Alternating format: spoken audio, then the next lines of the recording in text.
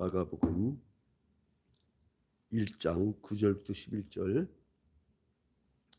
한 목소리로 함께 읽겠습니다. 시작.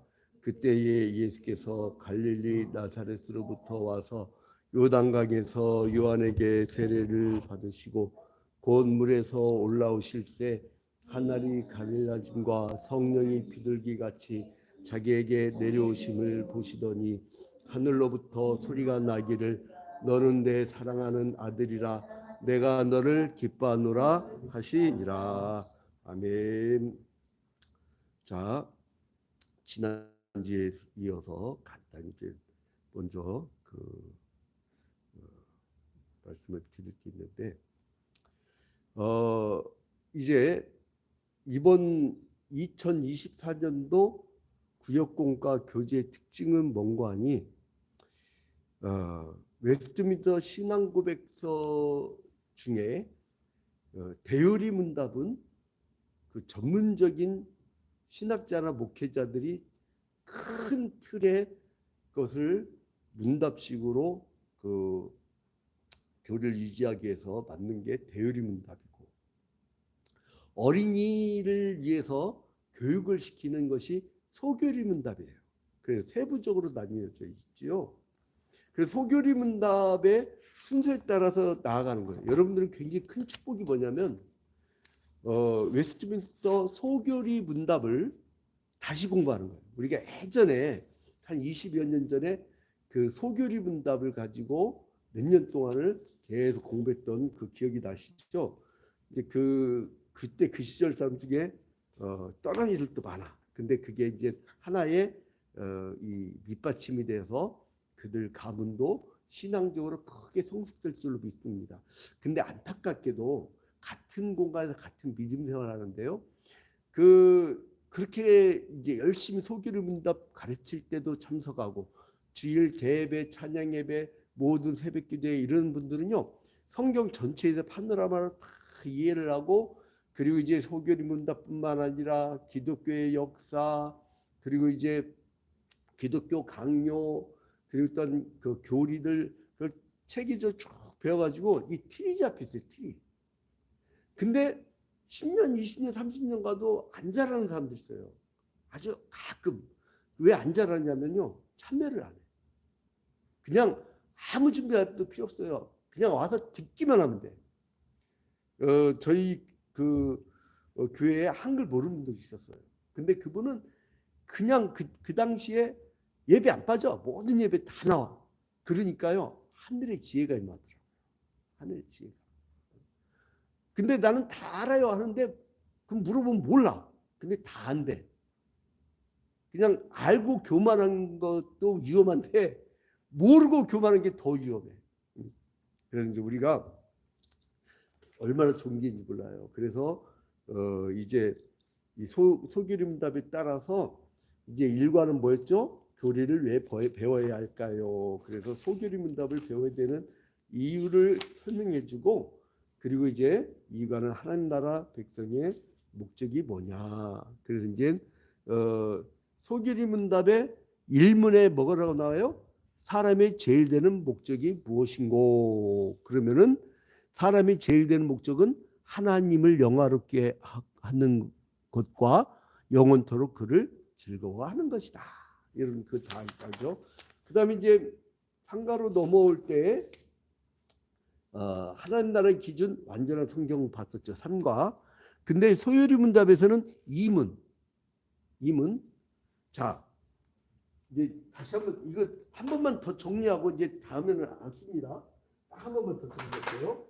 자, 소요리 문답, 소교리 문답이라고 하고, 그리고 이거를 카테키즘이라고 하죠. 카테키즘. 카테키즘.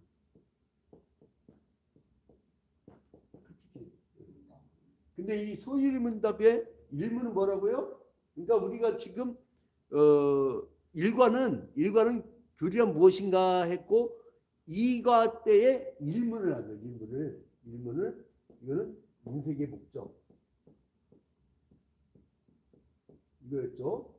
그 다음에 소유리 문답 2문은 뭐냐? 2문은 성경이 뭐냐? 성경이 돼요. 이게 우리 구역공과책은 삼가였죠, 삼가. 그죠? 그리고 그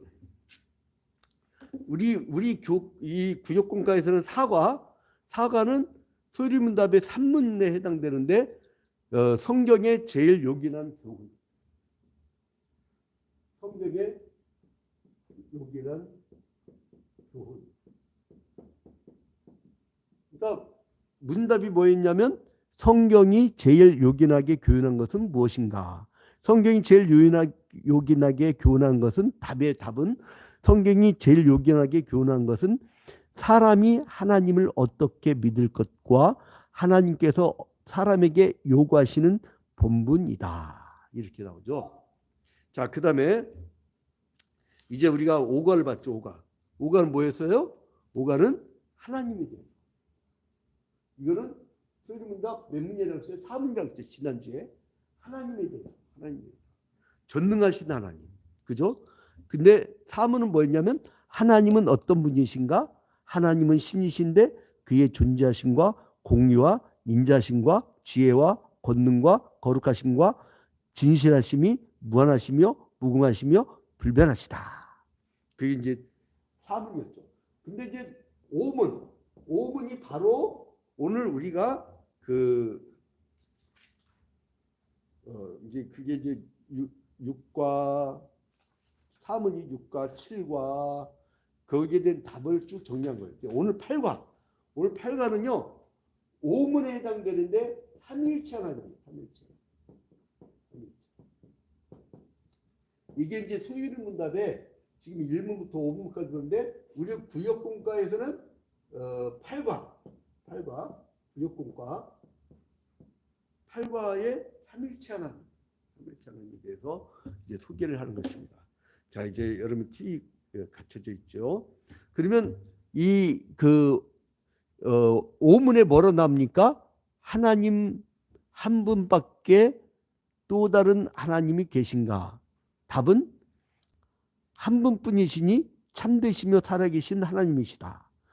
한 번뿐이고 참되다고 했는데 그 다음에 6문으로 가면 하나님의 신격의 몇 위가 계신가? 그래서 이제 6문으로 가면 이 6문으로 가면서 뭐라 나와요? 하나님의 신격의 3위가 계시니 성부와 성자와 성령이신데 이 3위는 한 하나님이시다. 본체는 하나요. 권능과 영광은 동등이시다. 성부, 성자, 성령 3위이시다.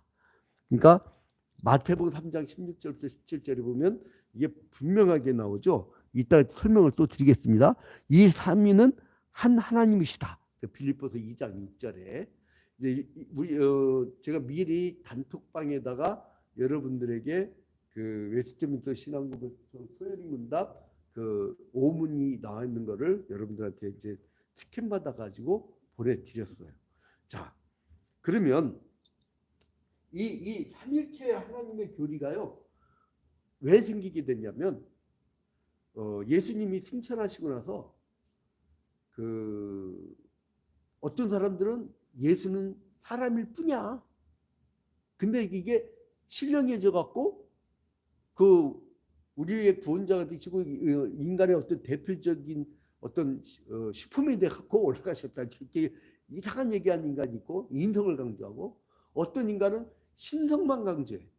그러니까 어떻게 뒤로 몸을 입냐 이거예요. 그래가지고 영지주의자들 같은 경우는 그냥 가연설, 가짜 이렇게 나타났다가 그냥 가셨다. 이렇게 그렇게 주장하는 사람도 있었고 또 이제 어떤 사람들은 구약의 성부만 강조하고 또 어떤 사람들은 성령의 막 은사만 강조해갖고 꼭 미친 사람들. 여러분 우리가 믿음 생활을 하면서 참 민망할 때가 있잖아요. 제가 오늘 충격적인 글을 봤어요. SNS 충격적인 글을 봤는데 뭐가 나왔냐면 제발 목사님들 광화문에 가갖고 태극기 들면서 정치 참여 좀 하지 마세요. 민망해서 주변에 다 그것 때문에 요기해갖고 주변 전도도 안 되고 다니던 사람들도 뚝뚝 떨어져 나갑니다. 나 이걸 보고 나서요. 정말 있잖아요. 목사가 목사를 막아야겠더라고. 나 이제 앞으로 사명감 갖고 헌법 20조 2항대로 대한민국 헌법 20조 2항대로 정치와 종교는 분리된다 해갖고 절대 목사님들 그 어디 정당 참여하거나 정치 참여하거나 출마마저도 못하게 하고 나는 그 막 반대 운동을 하고 다닐 거예요.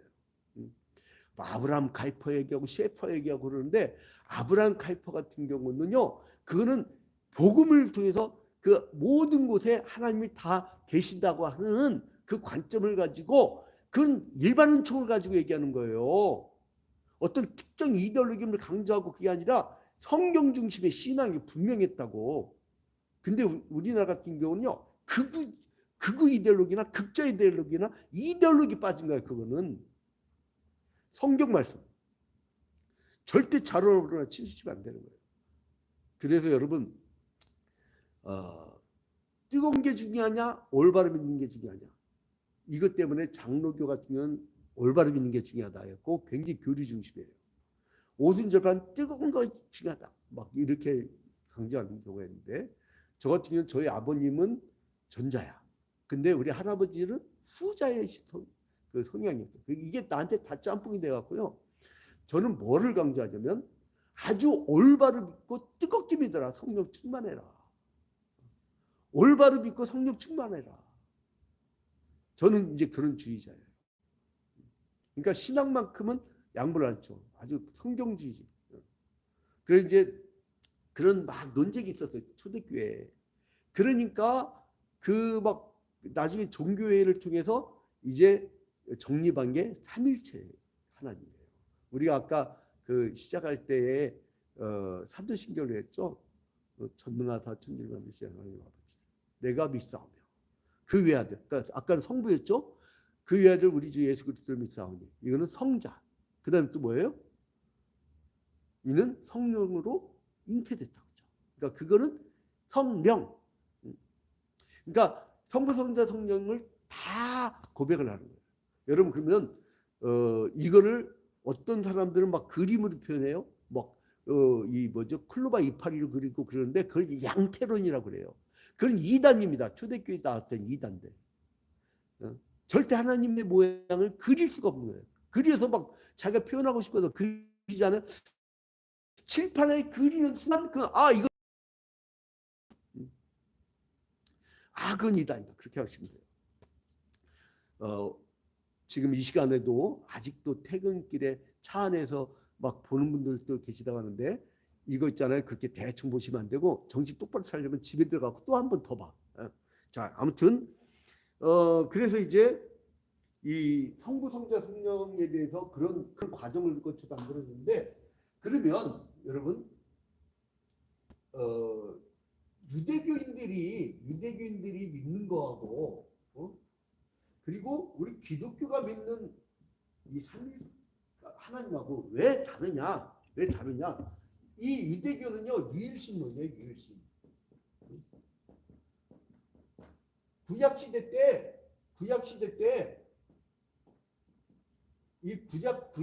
때 이방에 오염되지 말라고 하나님이 율법을 주셨다 이거예요. 근데 그 율법을 가지고 유일신만을 섬겼다 이거예요. 그러니까 이방인들에게 오염되지 않게 하기 위해서 이방인들을 그 외자들로 생각하고 자기들 유대인들을 위한 하나님으로 이 사람들 생각하는 거예요. 그러니까 유일신사가 이 사람들이에요. 유일신사가.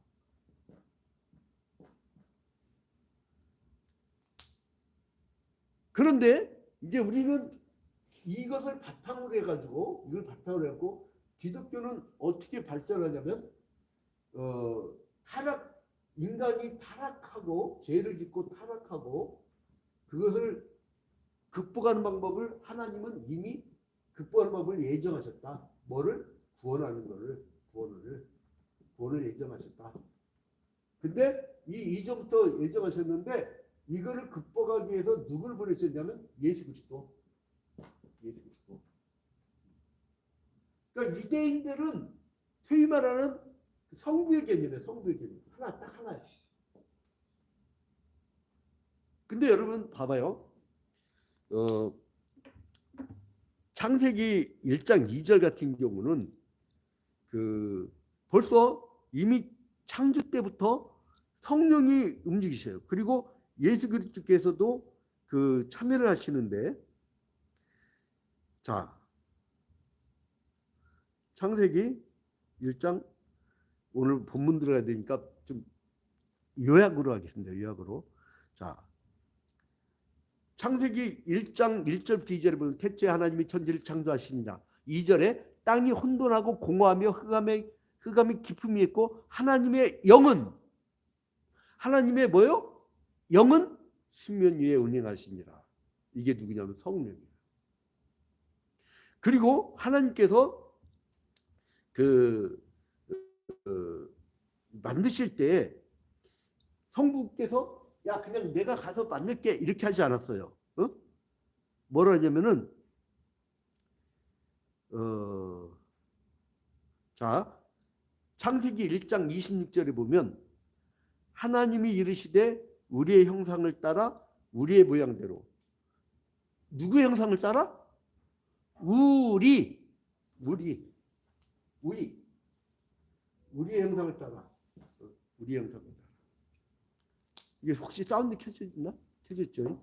자, 우리의 형상을 따라. 그리고 우리의 모양대로. 우리가 사람을 만들고. 그래서 우리. 자, 그러면 왜 우리라고 했을까? 성부, 성자, 성령 때문에. 성부, 성자, 성령. 그러니까 이미 만세 전부터 우리로 존재하신 거예요.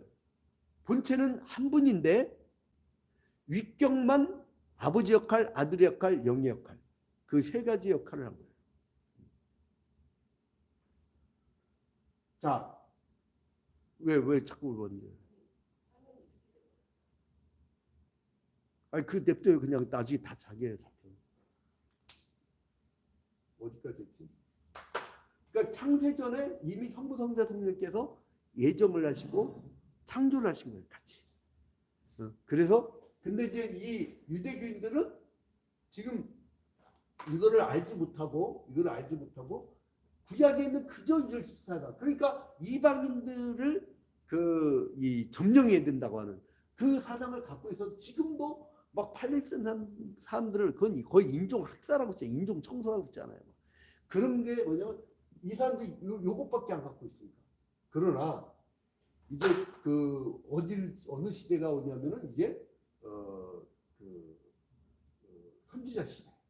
선지자 시대는 본격적으로 물론 여기에 나오는 아브라함의 할례라든가 그리고 이제 이 성막에서의 제사라든가 제사는 번제, 소제, 화목제, 속제제, 속건제 이렇게 있잖아요. 그런 절기라든가 이런 걸 통해서 이미 예수 그리스도를 예표한 것도 있지만 선지자들은 니들 하나님 앞에 바로 서지 않으면 하나님이 너희들 멸망시킬 거야. 그런데 멸망시키더라도 우리에게는 한 의로운 가지가 나올 텐데 한 의로운 씨가 나올 텐데 그게 예수 그리스도라고 계속적으로 예수를 바라봐요. 그러니까 구약 안에 이미 성자에 대한 말씀이 나와. 그리고 이미 아까 성령 뭐예요? 아까 창세기 1장 2절 증거로 됐죠. 창세기 1장 2절과 그 또한 1장 26절 여기서 이미 성부, 성자, 성령이 다 함께 있었다. 그러니까 그래서 유대교인들이 얘기하는 유일신 사상과는 차이가 있는 거예요. 삼일체론이. 이걸 정확히 기억하셔야 됩니다. 자, 그러면 제8과 삼일체 하나님에 대해서 말씀을 보도록 하겠습니다. 이런 배경을 먼저 구역장들이 갖고 있어야 돼요. 먼저 이렇게 이해를 하고 그 다음에 이제 구역공과에 들어가는데 이제 8과 이제 들어가면 자 오늘 먼저 마가복음 1장에 보면 어떤 장면이 나와요? 예수님이 공생애를 시작하기 전에 먼저 세례 요한은 누구예요? 구약의 마지막 선지자. 이 사람이 물로 세례를 베풀어요. 그 물로 세례를 베푼다는 건 뭐를 얘기하냐면 이 죄를 짓고 씻는 거에만 초점이 있는 거예요. 초점이. 그런데 이 세례 요한이 뭐라 하냐면 예수께서는 내 뒤로 오시는 이는 이 성령과 불로 세례를 줄 것이다. 그러니까 그의 영, 예수 그리스도의 영. 그걸로 이제 세례를 줄 것이다. 새로운 시대를 예표하는 것이죠. 자, 그래서 이제 세례요한이 이제 그 세례를 베풀 때 예수께서는 구약의 모든 예언을 완성하셔야 될 분이기 때문에 이분은 존재가 뭐예요? 존재가 하나님이신데 원래 신의 신 이분은 신이에요. 그런데 이분이 인간으로 오신 거예요. 인간. 그러니까 왜 오셨어요? 우리의 죄 때문에. 우리 죄를 씻어줘야 되니까. 첫 번째 아담이 국가대표, 이번에 국가대표가 그 세계 26위의 피파 랭킹 22위의 나라가 그 세계 130위처럼 축구를 하고 왔잖아요. 어? 이번에 아시안컵 말레이시아 세계 130위 나라하고 3대3을 비겼으니까 우리 그거지 뭐. 그러니까 막 대부분 70위, 80위, 130위 그 나라하고 비슷하게 조별로 했으니까. 아무튼 국가 대표란 말이에요. 대표. 아담이 대표로 죄를 지었기 때문에 어떤 인간이 이 모든 죄를 다 끌어안고 구약시대에 반복적으로 제사를 드렸던 것을 한꺼번에 딱 마무리를 해야 돼. 그래서 이 제사를 내려오는데 문제가 뭐냐? 흠없는 양이어야 돼. 흠없는. 구약시대 때 제사를 흠없는 양으로 했잖아요. 그걸 단번에 완성하려면 어떻게 되냐면 흠이 없어야 돼. 그래서 인간의 정자를 통해서 이렇게 그 임신한 것이 아니라 성령으로 그것도 수처녀에게 버진 수처녀에게 이제 잉태하게 해서 아주 깨끗한 몸으로 이 땅에 오셔서 우리를 대신해서 십자가에 달려 죽으신 거예요. 그러려면 어떻게 되느냐? 인간의 모든 절차를 밟아야 돼. 낳은 지 8일 만에 할례를 받으셨고 그 다음에 공생에 들어가기 전에 세례 요한, 구약의 마지막 선지자인 세례 요한에게 물로 세례를 받은 거예요. 인간이 해야 될 모든 절차를 다 한 거예요. 그래서 이제 예수님께서는 아들의 역할, 그러니까 아들의 역할을 하는 것이 절정으로 보여진 게 지금 이게 마가복음 1장 9절부터 11절이 왜 중요한 거 하니 삼일체 하나님이 한꺼번에 다 나타나. 첫 번째는 뭐예요? 예수님이 세례를 받을 때에 아들의 역할로. 두 번째로 물에서 올라오실 때 어떻게 됐다고요? 10절에 보니까 그 물에서 올라오실 때 하늘이 갈라짐과 성령이 비둘기같이 자기에 내려오심을 보시더니. 하늘이 갈라졌다는 건 뭐를 의미하냐면 하나님이 자신을 드러내시는 거예요. 또 하나 뭐냐면 그 비둘기와 같이, 이건 온순하게, 비둘기 그러면 우리 이미지가 굉장히 온순한 이미지를 갖고 있잖아요. 그 온순하게. 그래서 이제 자기의 내려오심을 보시더니, 그러니까 성령이야, 성령. 영이 이렇게 내려오심을 본 거야. 그 다음에 이제 하늘로부터 소리가 나요. 그게 어떤 소리냐? 성부의 소리인데 11절에 하늘로부터 소리가 나기를 너는 내 사랑하는 아들이라 내가 너를 기뻐하노라. 이렇게 성부의 소리가 난단 말이에요. 자, 그러면 우리가 이제 말씀 속으로 봅시다. 말씀 속으로. 여러분 교재 이 8과에 말씀 속으로가 빈칸이 있죠. 거기에서 1번 제목을 보면 하나님이 누구에게 세례를 받으시는 것으로 자신을 드러내셨습니까? 자, 누구에게 세례를 받으려고 받으면서 자기가 성자임을 드러내셨습니까? 1장 9절 읽읍시다. 1장 9절 빈칸으로 있죠? 이제 함께 읽겠습니다. 자, 시작. 그때에 예수께서 갈릴리 나사렛에서부터 와서 요단강에서 요한에게 세례를 받으시고, 그러니까 세례 요한에게 세례를 받은 거예요. 예수님이 세례 요한에게 세례를 받으신 것은 온 인류에서 죄를 계속하기 위해 이 땅에 오셨음을 보여주는 일이었죠. 그래서 그것은 우리가 회개하고 고백해야 할 것을 대신 맡으신 일이었다는 거예요. 그러니까 인간으로서 철저한 인간이에요. 철저한 하나님이 철저한 인간. 그래서 이거를 그리스도의 신성과 인성, 그리스도의 이성이라고 하는 그 교리가 있는 거예요. 그 다음에 2번, 성령 하나님은 어떤 모습으로 예수님에게 내려오셨습니까? 자, 마가복음 1장 10절. 자, 함께 읽겠습니다. 곧 물에서 올라오실 때 하늘이 갈라짐과 성령이 비둘기 같이 자기에게 내려오심을 보시더니. 그러니까 성령님이 내려오실 때에 어떻게 했냐면 어떤 현상이 벌어지냐면 하늘이 갈라진 거예요. 이건 뭐냐면 하나님의 계시를 강조하는 것을 얘기하는 거고, 그리고 온유한 모습, 그런 것이 비둘기와 같이 이렇게 표현된 거예요. 3번, 예수님이 세례를 받으실 때 하늘로부터 어떤 음성이 들렸습니까? 자, 마가복음 1장 11절 또 함께 읽겠습니다. 자, 시작. 하늘로부터 소리가 나기를 너는 내 사랑하는 아들이라 내가 너를 기뻐하노라 하니라. 자, 성부께서 예수께서 세례를 받고 물에서 막 올라오는데 이는 내 사랑하는 아들이야. 내가 너를 기뻐한다. 이거 뭘 기뻐하는 거예요? 온 인류의 죄를 계속 반복적으로 제사를 드렸지만 죄의 문제가 해결되지 않았던 그 원죄를 이제 예수께서 단번에 제사를 완성시키고 새로운 시대를 접어드는 그 놀라운 사역을 시작하는 거예요. 공생의 시작. 그러니까 이 하나님께서 얼마나 행복하시겠어요. 여러분, 집 나간 자식들이에요. 주님 곁을 떠나갔던 자식들이에요. 주님과의 약속을 어긴 우리들이에요. 그랬던 우리들을 다시 찾았다는 거. 여러분 생각해 보세요. 우리 김수환 권사님이 만약에 어렸을 때 양진석을 잃어버렸어.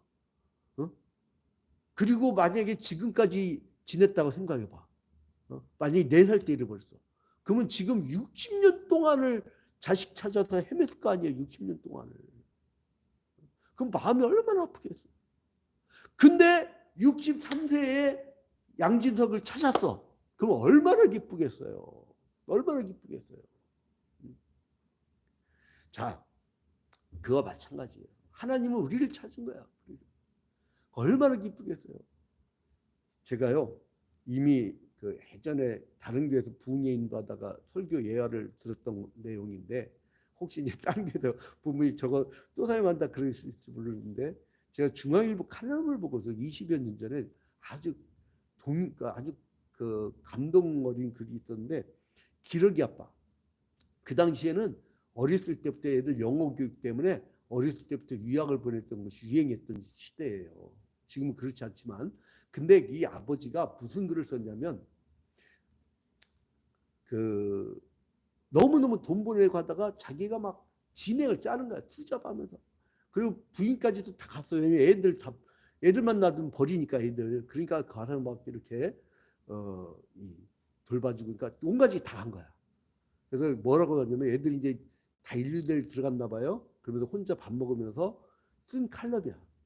근데 무슨 내용이냐면, 차라리 애들이 돌대가리였다면, 차라리 아이들이 미국의 인류대를 안 가고 그냥 아이들이 막노동을 하든 그 농촌에서 그냥 같이 밭일을 하든 그냥 아이들과 함께 일을 마치고 밥상 놓고 같이 밥을 먹는 것 그 자체가 가정의 목적이요, 가정의 가장 큰 행복이요, 그것이야말로 가정이 존재하는 이유인데 내가 잘못 판단했다. 애들은 애들대로 자기는 자기대로 뭐 하는 것이야. 이건 가정이 아니다. 나는 인생에서 가정 실패했다. 돈은 벌었을지 몰라도, 아이들은 실력은 늘었을지 몰라도 가정은 실패했다. 여러분, 그 말을 듣고 나는 가만히 무슨 생각이냐면, 우리 하나님 아버지는요, 하나님 아버지 못난 자식 잘난 자식이 아니에요. 근데 이게 자존감에 따라서 이게 목사도 혼날 때 조심해야겠더라고. 자존감이 센 사람은요, 막 내가 막 어떨 때는요 막 몰아갑니다.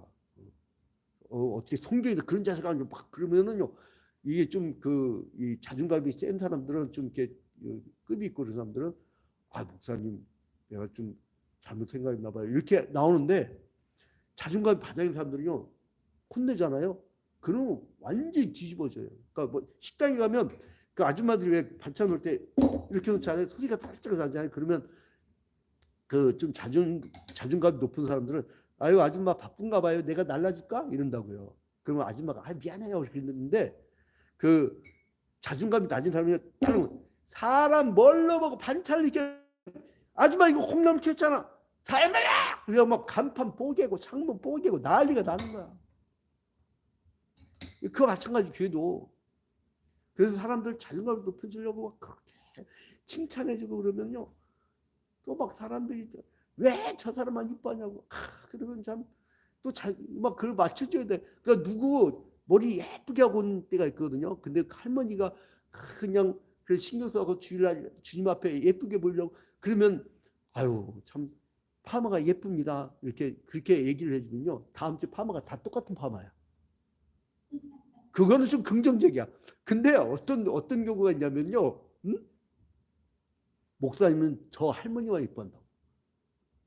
아 진짜 막 나중에 연탄을 주는데 우리 교회 아닌 사람을 왜 주냐고 막 난리를 치는 거야. 막 왜 우리 집을 더 줘야지 막. 그러면 이거 막 답이 안 나와. 어떨 때는 나 이제 지금 26년 동안 한 연탄 나르기 하지 말아야겠다. 이런 막 사람을 좌절시켜. 근데 또 기도하다가 성령 충만 받으면 에휴 또 이제 해야지 이렇게 나가는 거예요. 여러분 하나님이 잃었던 자식들을 찾았을 때 그 공생애를 할 때 얼마나 기뻐했어요. 이는 내가 기뻐하는 것이다. 여러분 성부께서는 이렇게 성자를 아들을 보내서 아들을 희생시키면서 우리를 사랑해 주셨어요. 그리고 그가 승천하시고 보좌 우편에 앉으실 때 그의 영, 예수 그리스도의 영, 성령, 진리의 영이 우리와 함께 하시고 신비적인 하나님이죠. 그러니까 우리 안에서 성령이 살아있는 성령 충만하게 삽니다. 이번 구역 공과를 하고 나서요, 여러분 삼일체 하나님을 구체적으로 만나십시오. 그리고 삼일체 하나님이 성부의 그 권위와 권능과 성자의 그 십자가에 달려 죽어주신 희생의 그 아름다움과 성령의 강렬한 역사, 우리와 함께 동행하는 것, 그것이 삼일체 하나님과 신비적 연합을 하여서 우리가 교리 공부할 때 처음에 구원론 할 때 배웠죠. 소명, 외적 소명과 내적 소명.